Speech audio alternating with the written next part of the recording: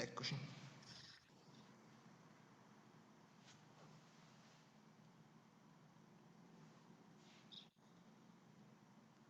Ok, direi che possiamo incominciare.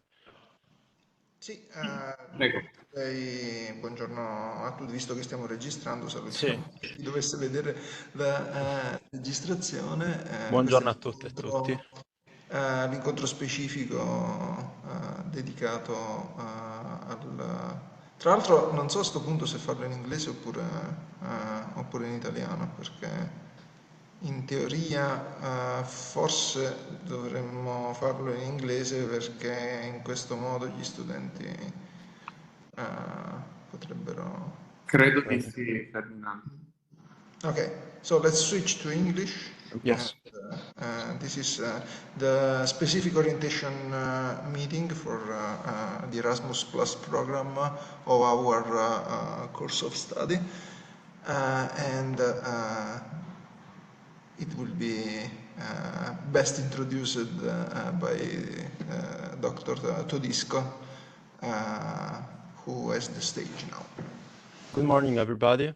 I'm Nicola Todisco from the International Office of the Hub of Medicine of Torino. And we are here today to present to you the Erasmus Plus Mobility Call for Studies for the academic year 2024-2025 for the degree program Biotechnology for Neuroscience. And today I'll show you briefly what are the agreements active for your course of study. So we have 6 agreements in 4 countries. These are all program countries, so they are all part of the European Union. We have the agreement of Gießen for Germany, Varna for Bulgaria, and 2 from Madrid for Spain, and Lille and Paris for France. You can check also on the university page, web pages, all the requirements and details about these agreements. As you can see here, there are only the seats and the months available for each agreement. And I remind you that as students of this degree program, you can present your application only for these agreements. So you cannot present an application for other destinations of the School of Medicine. I would like to remind you that yesterday, the 23rd of November, 2 meetings took place about a general orientation meeting about the call, so all the aspects of the call, which was presented by the International Exchange Office. And also we presented the Allegato Uno for the School of Medicine. So you can see here, we'll upload the slides and you can click here on the links to check these meetings, which are really useful. And you can also see that you have other useful links, such as the university web pages with all the details about the call, and the guidelines for recognizing study activities abroad. As the international office, we have, you can ask us questions at this mail, international.medtorino@unito.it. And you can also phone us about specific demands. You can also book an appointment on Google Meet. Or for really specific specific demands, you can also come to our office and we'll try to sort out your issue. I'll now pass the word to the professors, and I thank you for your attentions. Thank you, Giovanni. Thanks. And I don't know if it is worth to remind the deadlines for the current application. Yes, so the deadline for the application is I'll check now just to be 100% sure. Is the 21st of December at Okay. 1 p.m. Okay, so you have still approximately 1 month left. Can I ask you, Giovanni, to share again your presentation? Yes. Because one slide would be very helpful for me for adding details that may be of interest to students. Okay, just one moment.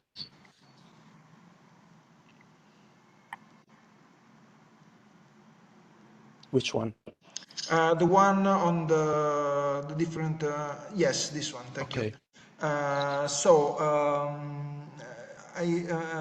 can say something more specific about these agreements.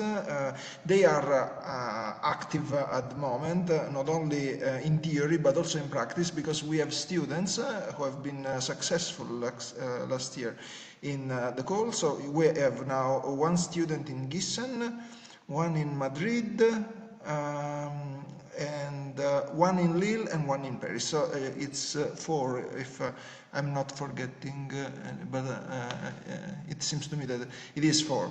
And the programs are a little different because, for instance, the program at the University of Paris is on a neuroscience master, very similar to ours. And we are also working in this case to a project of a double degree, which is not going to be implemented for this cohort, unfortunately, but we are still working on it, and also to have a student there now would be very helpful for us to push a little this collaboration. But this was just to say that the neuroscience content in Paris is very strong. It is strong as well in Lille. In Lille there is a biology master, but with a strong neuroscience component. And also it is neuroscience oriented for the University of Gießen. A little less in the case of the Universidad Autónoma de Madrid. There is more, let's say, biotechnology related content than neuroscience related content in this case. And in the other two cases, those that have no students at the moment, the biotechnology and biotechnology content is strong in Madrid 1, but with no strong neuroscience component. And in Varna, I would say that there is neither, and the only real interest in exchange in this case was on informatic contents. And the course in Varna is more strong on the informatic point of view. So this is a general framework. The other thing is that if you are interested in applying to these programs, it may be even worth talking with the students. So I can give you directly the contact of the students that are abroad at the moment. They are all of them are at this moment in abroad for the Erasmus period, and this may be very helpful because there are details in organization of courses that can be quite helpful if you decide to apply. So I think the students will be very happy to be in contact with you and to give you directly their advice if you like. And I think this is it. This is what all I wanted to say. Corrado, I don't know if you want to add something. Yes, so I had a couple of things to add. So maybe, of course, content-wise for the courses, Professor Di Punto has a much better knowledge than me because he's been directly establishing these partnerships. So my knowledge is rather on, let's say, a bit more on the admin side, because I've been dealing with revising the learning agreements. One thing I can say about the courses, in particular about Gissen, maybe because we had a few more exchanging with the students. With the student who is in Gissen, is that the courses that are offered in that university are maybe, if someone is interested, a bit more focused on cognition and the spatial perception and visual computing, let's say, in a higher sense. So I invite you to have a look at the offer of the university. More on the practical side, something I can suggest to students, because it's starting to happen. So most of the students who decided to leave for Erasmus has indeed contacted us. This is very important because since these are rather new activities for me and for Professor Di Punto probably as well, then it's important that we revise the learning agreement together. So before you submit it, just please come to us, so that, of course, we do not want to bind you or avoid that you take a course that is interesting, but because we have to validate ourselves then the credits, then it is important that you made a choice or at least some equivalence that is compatible for us, and we can justify and we can approve. So before submitting a learning agreement, just come to see us and tell us what you would like to do. So this is one thing. And the other thing, and this is again related to the experience to the student in Gießen. So it might happen that we decide on a learning agreement and it's accepted and you leave, and then once you get here, once you get to your destination, then you find out that maybe there are some courses that you cannot take, maybe because they are in a different, they didn't start, they are in a different semester, whatever. So do not get scared, because these are things that happens in every Erasmus. So you should not panic if something like this happens. It might happen. So the point will be then to be directly in contact with the coordinator on the Erasmus on the other university, and then it is possible within the first 3, I think, months of the Erasmus to modify the learning agreement. Then I will need to revise together with Professor De Cunto and then reapprove. And these are some important steps from our side, from, let's say, from the admin point of view of the procedure. So I guess my main point here was just to ask us please to come see us to define especially the learning agreement, which is very important. It is a key step for the Erasmus traineeship. And of course, I invite you to go, because I have been an Erasmus student myself. At this point, this is 2023. It was 11 years ago, and it was awesome. It's a fantastic experience. So I invite you to apply. That's it.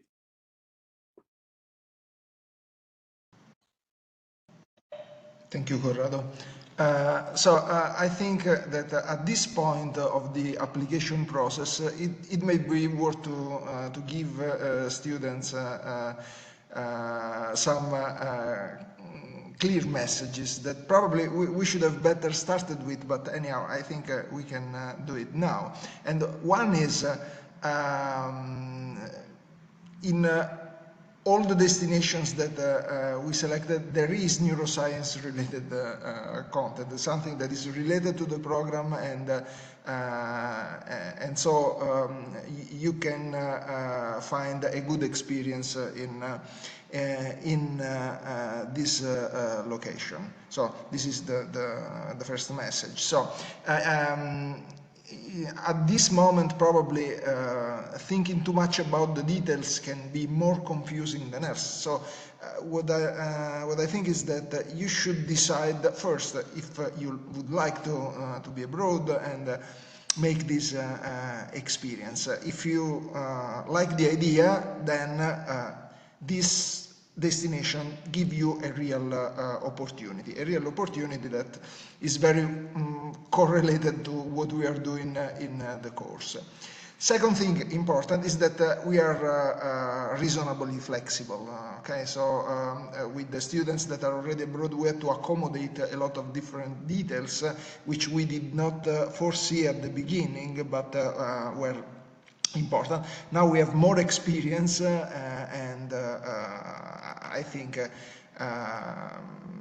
even though you don't need to choose exactly the courses the other students have taken, at least we have a track that should facilitate.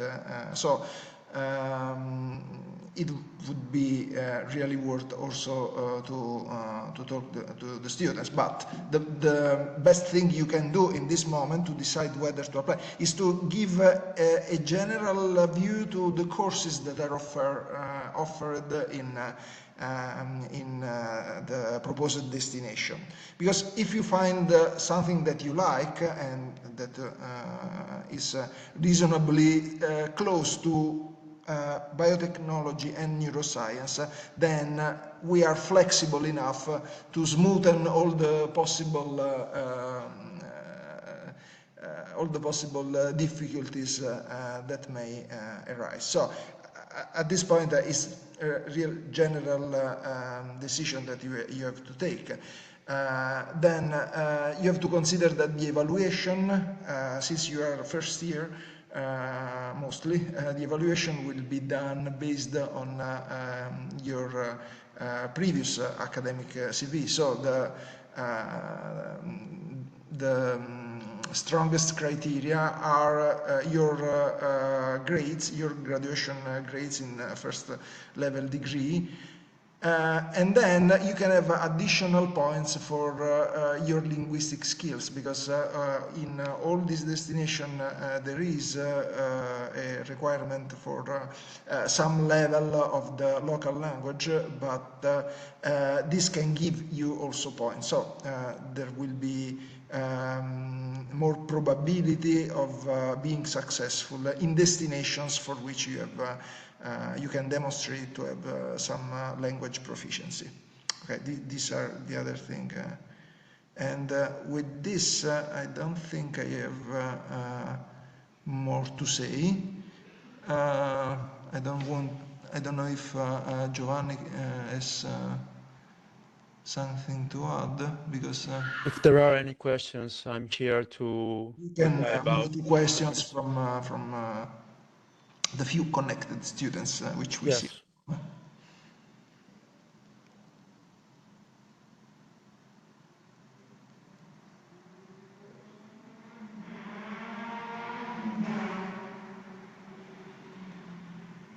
For now, it's all clear. Thanks.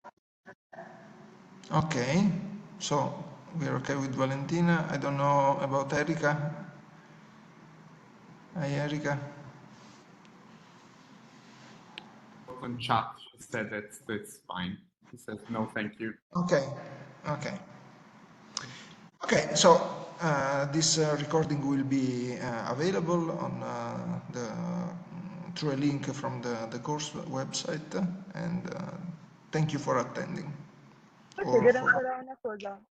Certo. Per la doppia Yes. laurea a Parigi è possibile Sì. oppure non sei riuscita a fare, non siete riusciti a fare? No, quest'anno, lo dico anche in italiano, quest'anno non si è ancora riuscito a farlo. Ci potete credere o no, non siamo bloccati dalla nostra burocrazia, ma da quella francese in questo momento.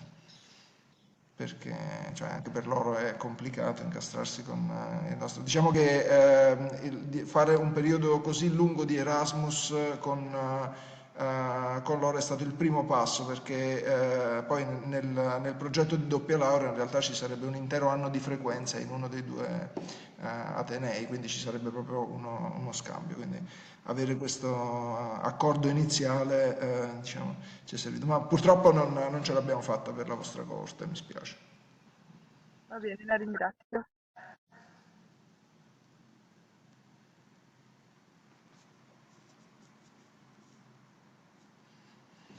Okay, so we can stop recording.